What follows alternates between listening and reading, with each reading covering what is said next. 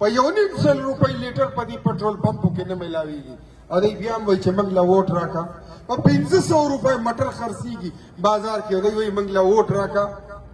په 1400 روپۍ د وړو توړه شوه دی وایي موږ له ووټ راکړه په 450 روپۍ غوړي کیلو شول او دی وایي موږ له ووټ راکړه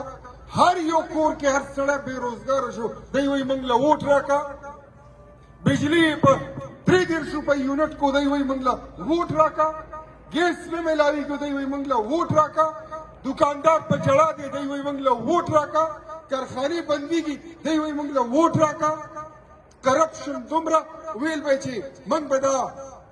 گورنر هاوس به راغورځوو موږ به دا چیف منسټر هاوس نه به لایبرري جوړوو د وزیر اعظم هاوس نه به یو لوی یونیورسټي جوړېږي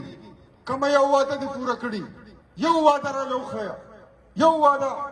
شته چېرته نشته د ملک سیاست که پرېږدم د نوښار خلکو تاسو له به ووایم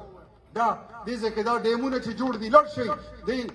ګلډېرۍ ته لړ شئ دې شاه کلیم ته لړ شئ دا نور ډیمونه وګورئ که 1 میګاواټ بجلي دې جوړه وي ما له ووایې شته چېرته نشته یو ډیم په 8 اربه روپۍ جوړ شوی چا جوړ کړی چا ټیکه واخیسته چا مال وخوړو بی آر ټي کې 1300 کروڑه روپۍ مال چا وخوړو په دې نوښار د سیند پښتو کې 800 کروڑه روپۍ چا ووالې دا بلین ټریز په دې ونو په دې ځنګلو کې مال چا ووالو اربونه خربونه روپۍ د نوښار پښتنو ستاسو په ووټ دا نری چینجې چې دی د ده نه اتي جوړ شو او دا ټول قوم دا داسې کوله که د بشکالي چینجې یې راغونډ کړل پاسه یې ویښ شئ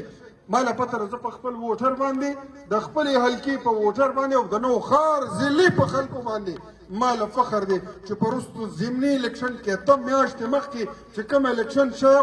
د دې ظالم جابر حاکم 80 کروڑه روپۍ د زمونږ په الیکشنو لګولې الحمدلله ثم الحمدلله د الله په لوی فضل سره بدترین شکست مو وله ورکړی نن پورې لا په کونټۍ باندې ګرځي او که دې ځلې رب ته منظوره وي نو په دې ولې چیلنج ورکوم چې انشاءالله العزیز که خیرې دا الیکشن د تحصیل نظامت